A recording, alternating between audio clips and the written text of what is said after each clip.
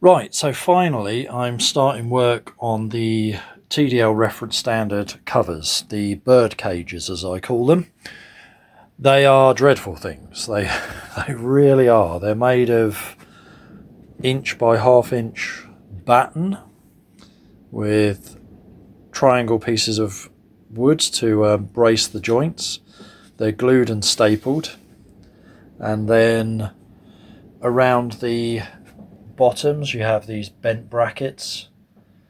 So I'm going around all the joints, and on the bottom here this one had completely broken away, so I've put a couple of screws in there, glued it, refixed the metal bracket behind as well. And yeah, this one is in really bad condition, so this is all broken away here, so I'm going to have to glue that, screw it as well. And then this has all come apart as well, look. This needs to be pretty flat because the cloth goes over it, so I will need to sand this as well and then paint it. You can see it's had some repairs here before, so yeah, it's just a case of going round it all, inspect each joint, glue, screw it where needed, and that's going to keep me busy for quite some time. So things like this joint I've glued, and then I've screwed in from the sides, so that's going to hold it all. So the screws are going to give it some strength, but ultimately the glue is going to be the main bond there. Here, glued all this, screw in there, which I've had to sand the head off, and then I've got to put this triangle piece back in here. And yeah, just go around every single joint. That one's open as well. I mean, you can see where someone's had a go at it. That's loose as well. Yeah, these are absolutely knackered.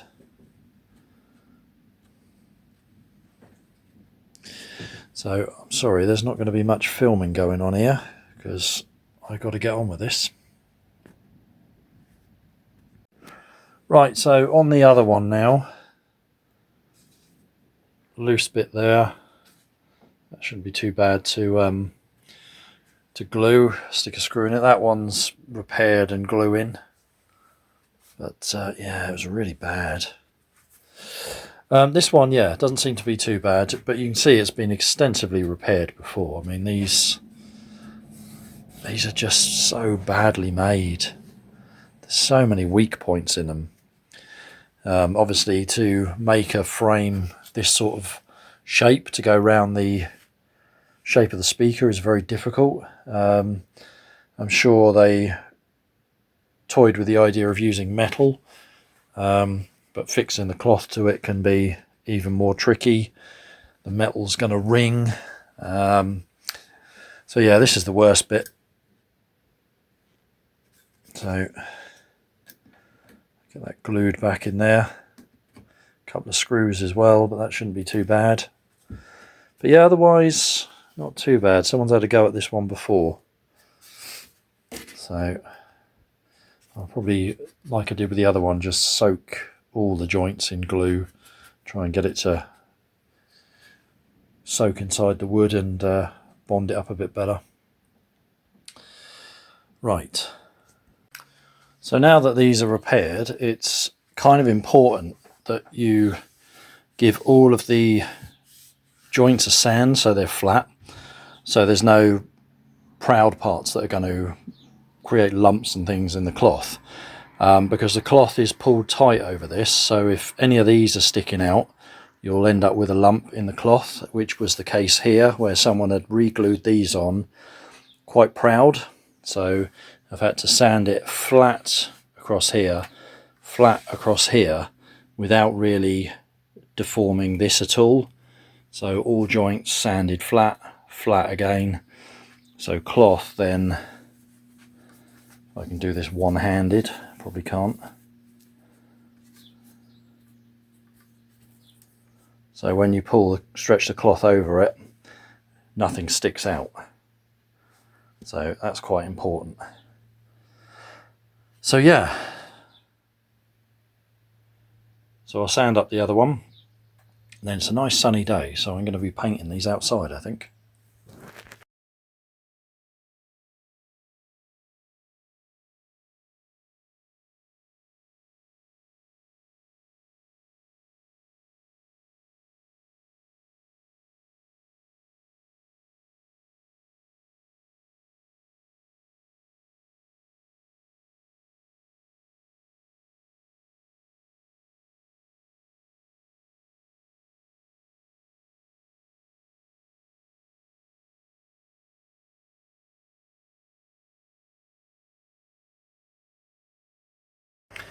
Okay, so these are the cover frames, all finished and clothed, and they are very difficult to do.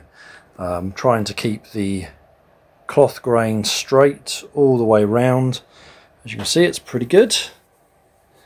So when they're on and you look at the grain, it's just really perfect.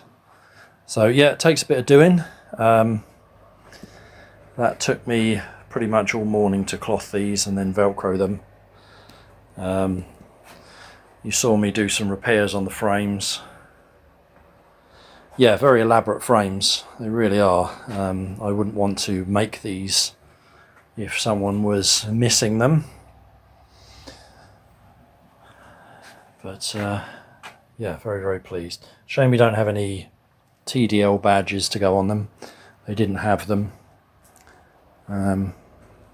It's something my lovely client can do at some point. A couple of staples and then some glue the badges on. Right, let's get these covers fitted and then we can call them done. Last look around them before the covers go on. So a lot has been done to these, way more than I was expecting to do, but that doesn't matter. So in terms of the cabinets, they've been re-veneered. The tops were really bad. Please go and watch the series on these. The brass work, all the bright work has been stripped off, sanded back, brassoed, polished back up again. Yeah, cabinets have been repainted, and the missing insulation, sound deadening fitted. Some open cell foam at the bottom of the end of the transmission lines. Crossovers completely rebuilt, upgraded as well with better capacitors. One of the iron core inductors on the mid-range circuit, critical path, has been replaced with an air core. Good quality resistors.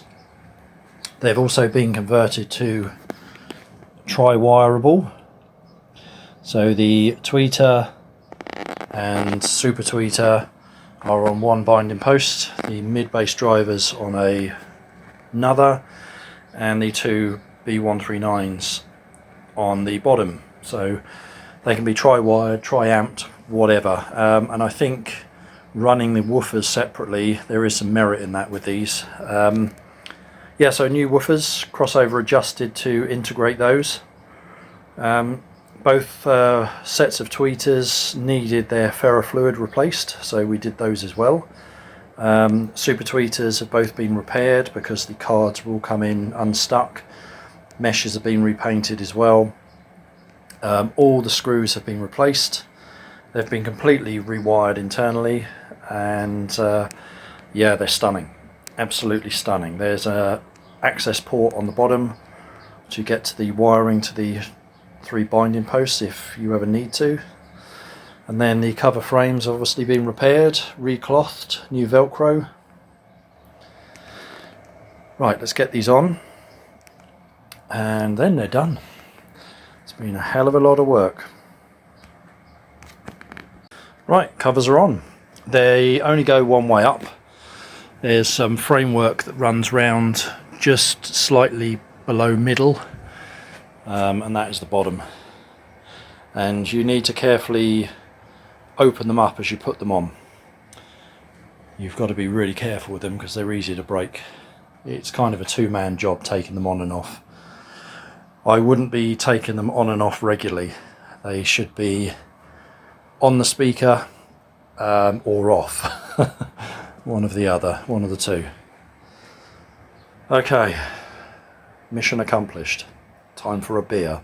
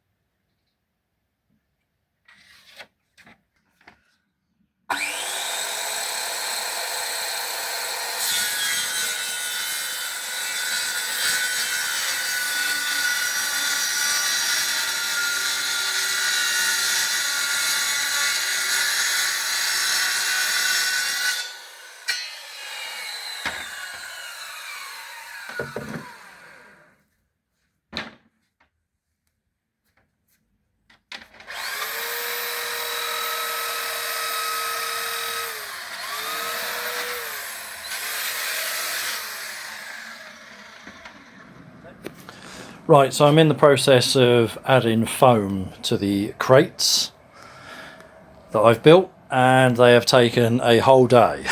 I've really shit out with these, but there you go. They're really solid, rails on the bottom so you can lift them with a pallet truck. They're going to be really sturdy as well. I've battened round them all. I'll probably centre brace them as well, so by the time the tops are on, yeah, they're glued and screwed as well. Yeah, mental. The speakers, when they're all back together, I've taken the covers off again just to give them the once over. So when the covers are on, they're going to get completely wrapped in cling film, and then I will probably tape some removal blankets around them as well, and then they will go straight into the crates. So the way I'm looking at it is the only contact edges I want with the crates are this, this, and this, and the same at the bottom. I do not want any pressure on these birdcage covers because they're really easy to break, as you saw in the repairs. And the same down the bottom, 3 points of contact, and obviously the back as well. So this is why I'm only foaming round here. So I catch those 3 corners or 3 sides I was talking about, front, left and right, and also the backs will be foamed too. Like I say, they'll have a removable blanket round them. They'll sit tight on the bottom here, and the lid will have foam and clamp them down as well. So they're not going to move in there, which is better than them kind of having a load of padding and rattling around. So yeah, and then everything will be, the backs will be screwed on, the tops will be screwed on with instructions on how you remove them. They're nice roomy crates as well, so they're going to be easy to get the speakers in and out of, but yeah, this is taking a lot of time. Right, let's get them finished. So that's about 40 meters of cling film round each one, and the reason for that is really to just keep any marks and things off the brass work, and also I'm going to wrap these in removal sheets, and they're quite fleecy, and that will just get hooked on the bright work, the brass work, and also bits and pieces will come off and sit on the cover cloth. So yeah, it's a number of things, and just to keep the moisture off them as well, just in case, because you never know. Yeah, cool. Right, so that's one in, and the other one is blanketed up, taped up, ready to go in the crate. So the back panels sit in the gap here and fix through into this, so that'll lock the sides together, and there's a panel that goes straight over the top. So to get these out, you remove the top, you remove the back panel, and really you can just walk them out carefully, because once you've removed the back panel, these splay open a bit. The other thing to do is to put a mat on the floor. 2 people hold this, hold that side, tilt the whole thing down, and then simply lift the crate off. But yeah, I'm doing quite a bit of packing work to make sure these are safe, because they've got a hell of a journey ahead of them. Right, so back panels are on. These are as sturdy as anything. I've double blanketed them, and that's actually a better thing. So I've also put battens round for the top to sit on, and these are also holding the cabinet at the side nicely. So when my client comes to take these out of the boxes, remove the top first, which will have screws around here with a red circle around them, and then remove the back panel.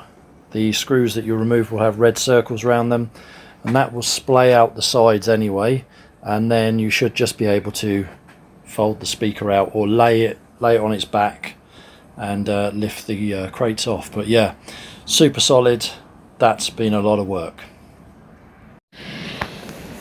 Right, so both speakers are in their lovely crates, and yeah, this has taken a lot of doing, but they're really solid, and probably a two-man lift.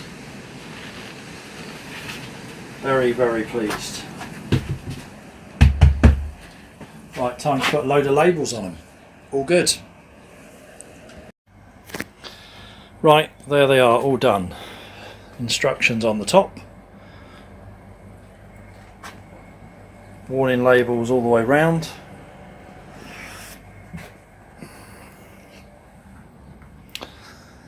So I'm not organising shipping, which I'm very glad about. Once they leave here, it's out of my hands and not my responsibility. I've tested them, made sure everything's 100% before they've been crated up carefully. They're rock solid in there. Yeah, let's hope their overseas journey is a good one. Right, thanks for watching.